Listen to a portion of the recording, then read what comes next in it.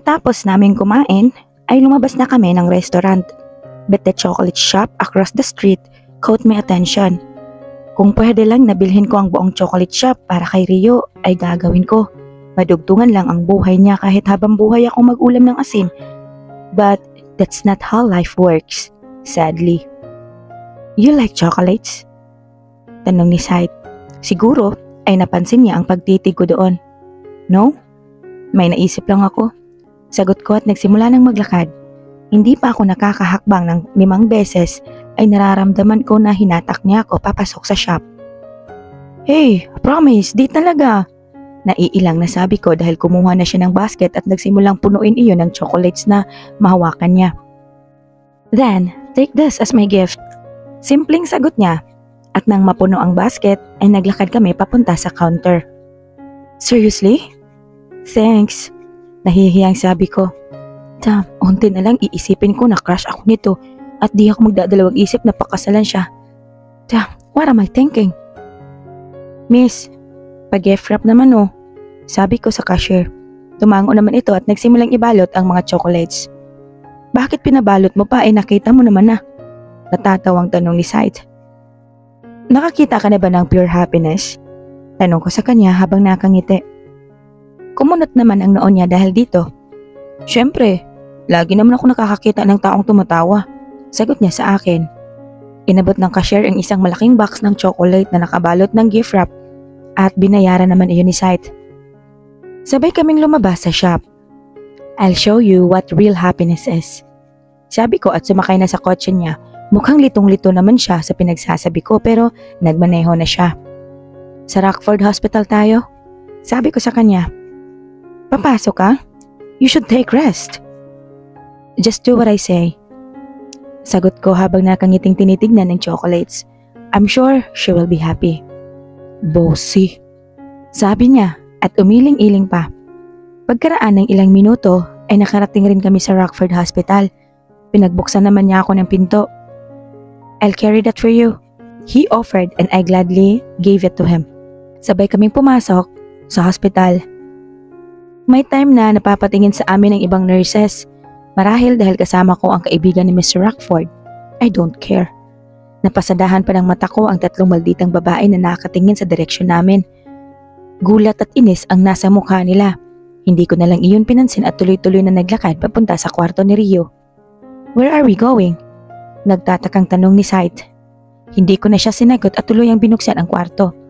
I smiled when I saw her sitting while watching a television. Baby! Tawag ko sa kanya. Nagulat man ay masaya siyang tumayo at sinalubong ako. Ate Lev! Sabi niya at niyakap ako. Umupo ako para i-level ang sarili ko sa kanya. Baby, this is Kuya Said. Pagpapakilala ko kay Said. Tumingin naman siya rito at dali-daling yumakap. Hey cutie! Bati ni Said sa kanya at ginulo ang buhok nito. Yay! Sa wakas may boyfriend na si Ate Liv! Inusanting sabi niya. Nagkatingin na naman kami ni Said at naiilang na ngumiti. Baby, he's not. Yep, boyfriend ako ni ate mo. Literal na nalaki ang mata ko sa sinabi niya. Tam, panindigan mo yan. Joke. Naglakad dito at umakbay sa akin. Nilapit niya ang bibig niya sa tenga ko at bumulong. Don't spoil her happiness. Bulong niya. Ramdam ko ang init ng paghinga niya sa tenga ko kaya naman auto-blush on ang drama ng mukha ko. Yeah, baby. Siya pala boyfriend ko. Sabi ko, gosh, feels so good. Yay! Kuya, don't hurt Ate Leva. Sabi niya at lumapit sa amin. I won't, cutie. Sagot ni Said at pinisil ang pisngi nito. By the way, I have a gift for you, baby. Pag-iiba ko ng usapan at agad na kinuha ang box kay Said. What's this? Nagtatakang tanong niya. Dinala ko siya sa kama at nilapag ang box sa harap niya. Open it. Utos ko. She looks very excited. Looking at the box. Dali-dali naman niyang binuksan ang box. Chocolates! Masayang sigaw niya at tumalon-talon pa sa kama. I instantly laughed at her reactions. That's very priceless. I looked at Said and saw him smiling. That was pure happiness. Rinig kong bulong niya habang tumatawa. Do you like it? Tanong ko kay Rio. Of course ate. Mauubos ko kaya ito? Baka kunin na ako ni God ay hindi ko pa rin ubos ito. My smile instantly faded on what she said. I felt a lump in my throat, but I forced myself to smile. What are you saying? It's not going to happen. Sabi ko at agad na naglakad palapit sa kanya. Binitawan niya ang chocolates na hawak niya at malungkot na tumingin sa akin. She's about to cry. But the nurse said I'm going to die in less than a year. I clenched my fist and jaw in what I heard. Bullshit, sino magsasabi ng ganun sa isang bata? Who told you that? That's not true. Sigaw ko. Totoo ba yun ate? Di isang taon na lang kita makikita. Sabi niya habang umiiyak. Umalis ako sa kama at agad na tinungo ang records niya. I want to crush everything when I saw her name in the list of nurse visit. Magenta Roberts. My heart is full rage. How dare she say that to a young child? She's heartless. Levi! Agad naman akong napatingin kay Said nang sumingaw ito. He's panicking. I traced his gazes and saw Rio nose bleeding. She's also vomiting bloods. She screamed in pain, but I can't even move my feet. I just stared at her and felt like my heartbeat just stopped. Wake up, Levi! Sigaw ni Said. Dinadaluhan niya si Rio. He's panicking. I wanted to move, but my eyes are just fixed in bloods. Fucking bloods. Images from last night started to appear in my mind. The man lying in the road with blood scattered. My knees felt weak. As I started to step away from them, my breathing becomes heavy and my mind was corrupted and blank.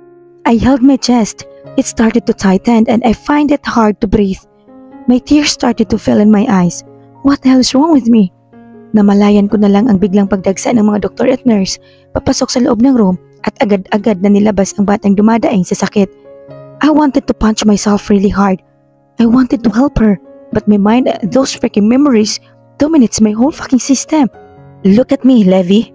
A man in front of me shouted and he caught my face.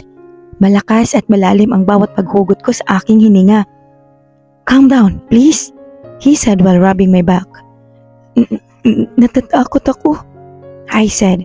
He suddenly hugged me and continued caressing my back. Please, don't. I'm here. No one can hurt you. Unti-unti ang pagbalik ng ritmo ng aking paghinga.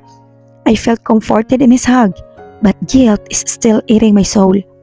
Why am I like this? I let Rio suffer. I stepped my feet away from her, even when I saw her hurting. Sorry.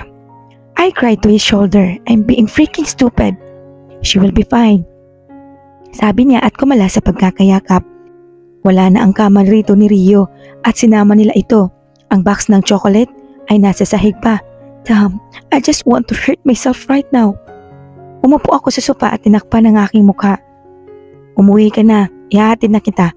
Sabi ni Said at umupo sa tabi ko. Hihintayin ko si Rio. Sagot ko naman habang ramdam ko pa rin ang pagtulo ng luha sa mga mata ko. The man just died in front of me and it keeps on fucking haunting me. I smiled bitterly and rested my back on the couch. Alam mo bang, galit na galit ako sa mga taong pumapatay? Kasi maraming tao ang gustong mabuhay. Maraming tao ang umaasa na sana madagdagan pa ng kahit isang araw ang buhay nila. Samantalang may mga tao na walang habas kung pumatay na tila pag-aari nila ang mundo.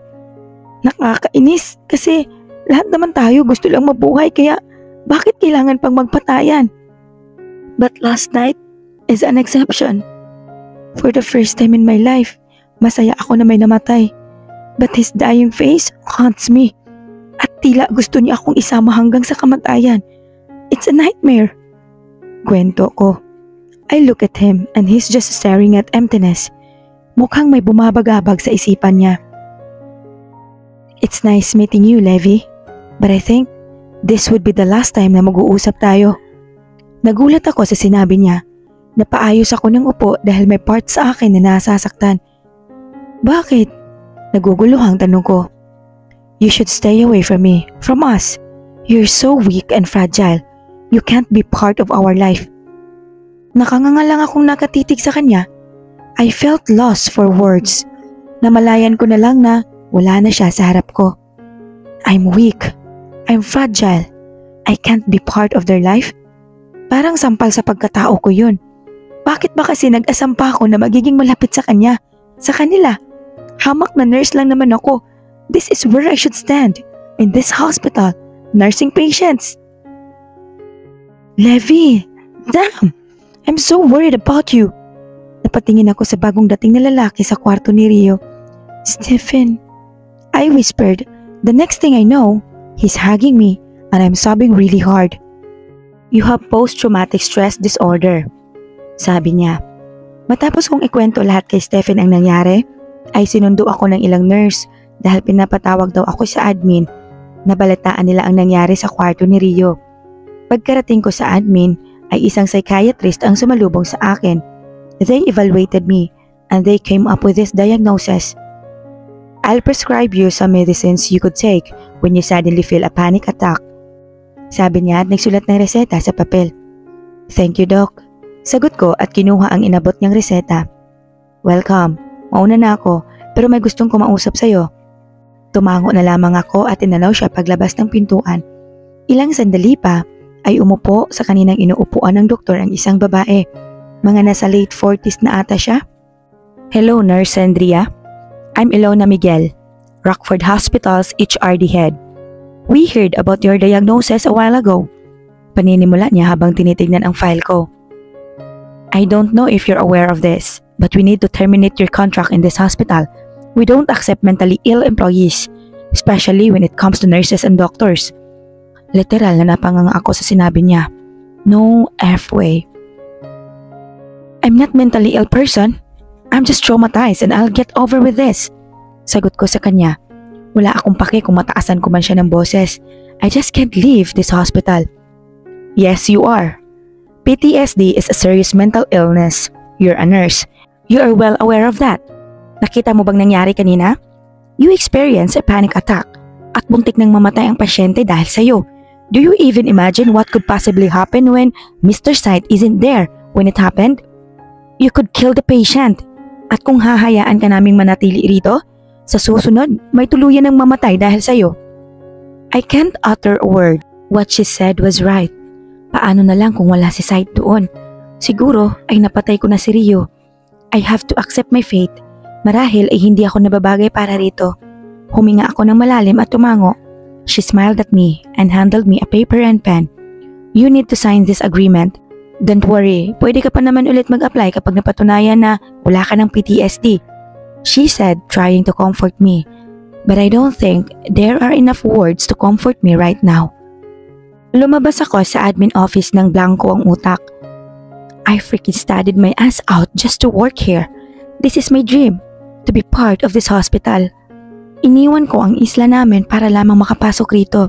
I even broke a promise to my childhood friend that I'll stay in that island and we'll be a doctor there together. Pumunta ako ng Maynila upang makipagsapalaran. I don't even have money with me, kaya't pumasok ako sa kung ano-anong sideline para lamang makapagtapos at sa wakas ay makapagtrabaho rito. But it all ended just like that because of a stupid mistake. I should have waited for Stephen. I should have taken a taxi or any public vehicles. Sana ay hindi yun nangyari.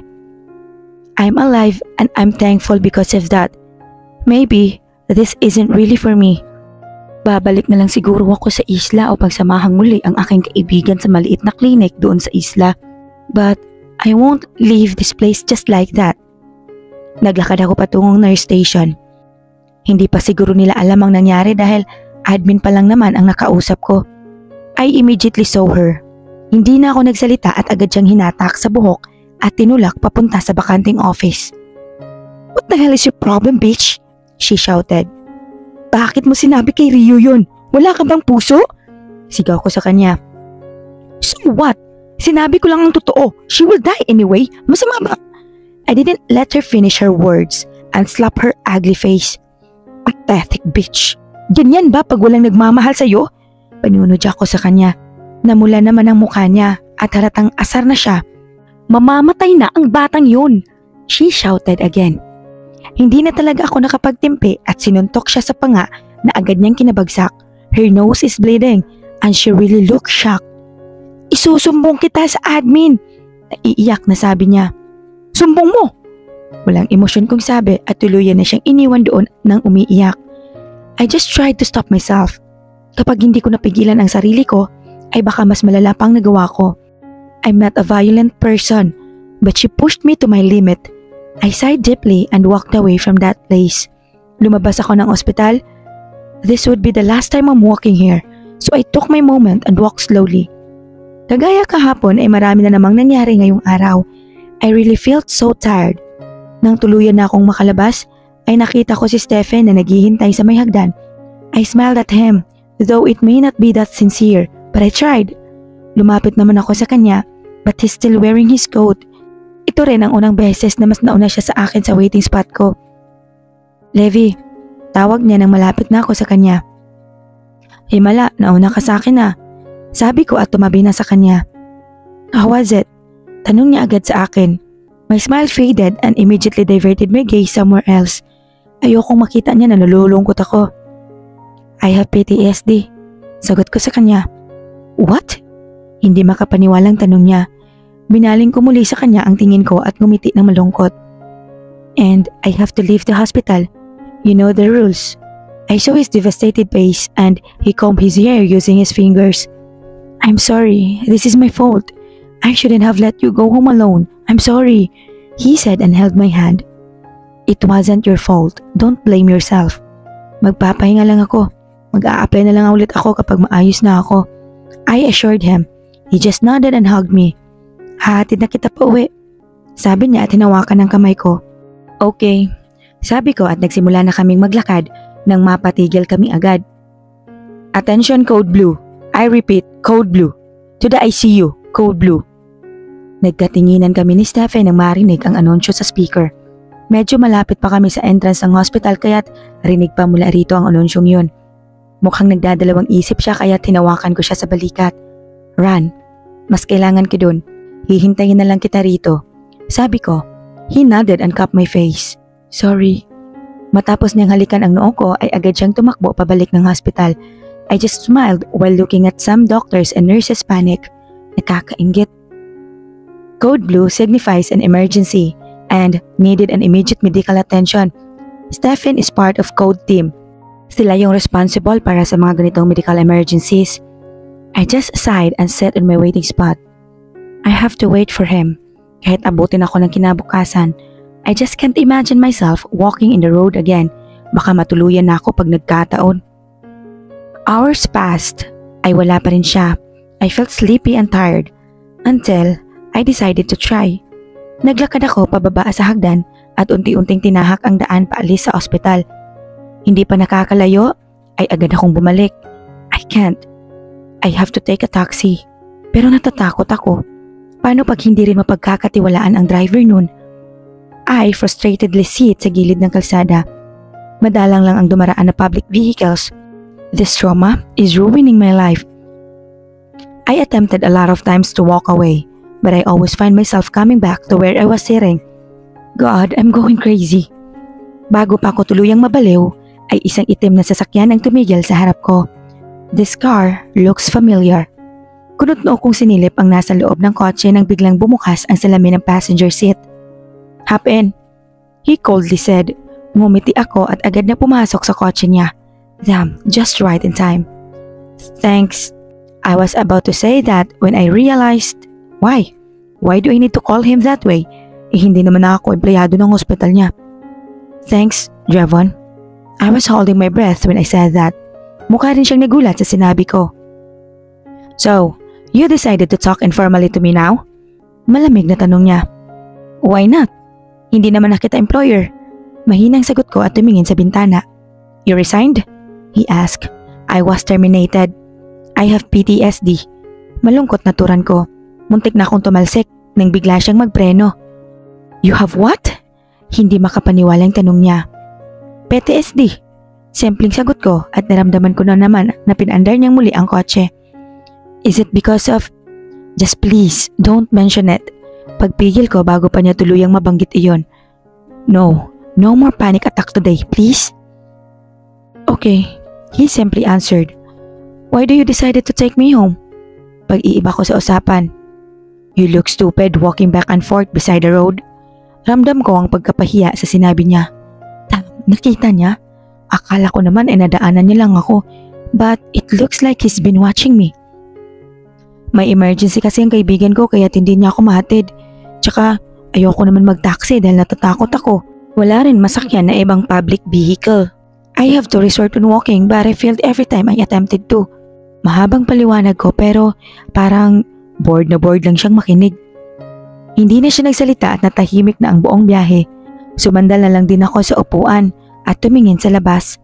His presence is really cold. I stared outside when suddenly the place became dark because of tall trees. Tanging ilaw ng sasakyan ang nagpapaliwanag sa daan. I gulped when I saw a familiar place. This is the exact place where everything happened. Suddenly, pictures came flashing in my mind. Napahawak ako ng mahigpit sa seatbelt at pumikit. I tried calming myself as I felt my chest tighten. Here it comes again. Another fucking panic attack. I feel my hands started to tremble. This time, it's getting worse. Wala na akong marinig sa paligid. Help! I heard my own voice asking for help. No! I shouted, full of fear. My tears began to fall. Calm down! I heard a man beside me shouted. He held my shoulders kaya't agad ko iyong inalis sa katawan ko. I protected my body like it was the most precious thing in earth. I looked at his face, but I guess that was a wrong move because images of him shooting a man suddenly flashes in my mind. Go away! Sigaw ko at pilit na isiniksik ang sarili sa gilid ng kotse. I won't hurt you, please calm down. Malumanay na sabi niya habang hinahaplos ang aking pisngi. No, go away! I said and removed his hand from my face. He killed a man. Would he kill me too? I need to get out of here. Agad kong hinawakan ang pinto ng kotse nang maramdaman ang pagbigat ng hininga ko. Damn, I can't breathe. I just want to run away from her and hide when a warm hand forcefully pulled me close. The next thing I know, his lips were on mine. I felt frozen. I felt every fear left my body at tumigil ang paghinga ko. His lips is warm and soft. Smack lamang iyon pero para iyong tranquilizer na nagpatigil sa buong sistema ko. After a few seconds, lumayo siya, but we kept staring at each other's eyes. Did he just kiss me? Did he just stole my first kiss? Okay ka na? Tanong niya na tila walang nangyari at nagsimula muling magmaneho. Iniwas ko rin ang tingin ko sa kanya at umayos ng pagkakaupo. Damn, wala na talagang pinipiling tao ang buwisit na PTSD na ito. Nakakahiya. Sorry, mahinang sabi ko. Hanggang ngayon ay nararamdaman ko pa rin ang labi niya sa labi ko. Damn, why is it so soft? Amoy na amoy ang mabango niyang hininga. Dito na lang ako, sabi ko nang makita ang kanto papasok sa bahay ko. Hininto naman niya kaagad ang sasakyan at hindi na nagsalita kaya agad akong lumabas at tinakbo ang direksyon pauwi sa bahay. Pagkasarado ko ng pinto ay napasandal na lamang ako at naupo sa sahig. Damn, I know ginawa niya iyon para matauhan ako o magising ako pero bakit kiss? He could slap me or pinch me instead. Well, I like the fact that he kissed me pero mababaliw na talaga akong tuluyan. Kinuha ko ang cellphone ko nang marinig ko itong tumunog. It's Stephen. Hello? Sagot ko. Where the hell are you? I told you. I'm home. I'm safe. May naghatid sa akin, don't worry. I cut him off. Pakiramdam ko pagod na pagod talaga ako. I heard him sigh. Okay, I'm sorry. It took so long. Malungkot na sabi niya. It's okay, Steph. Magpapahinga na ako. Pagkasabi ko nun, ay agad kong binaba ang tawag. Tumayo ako at binagsak ang sarili ko sa kama. I have to forget that kiss. Marahil, ito na rin ang huling beses na magtatagpo ang landas namin. Everything in my life is a mess now.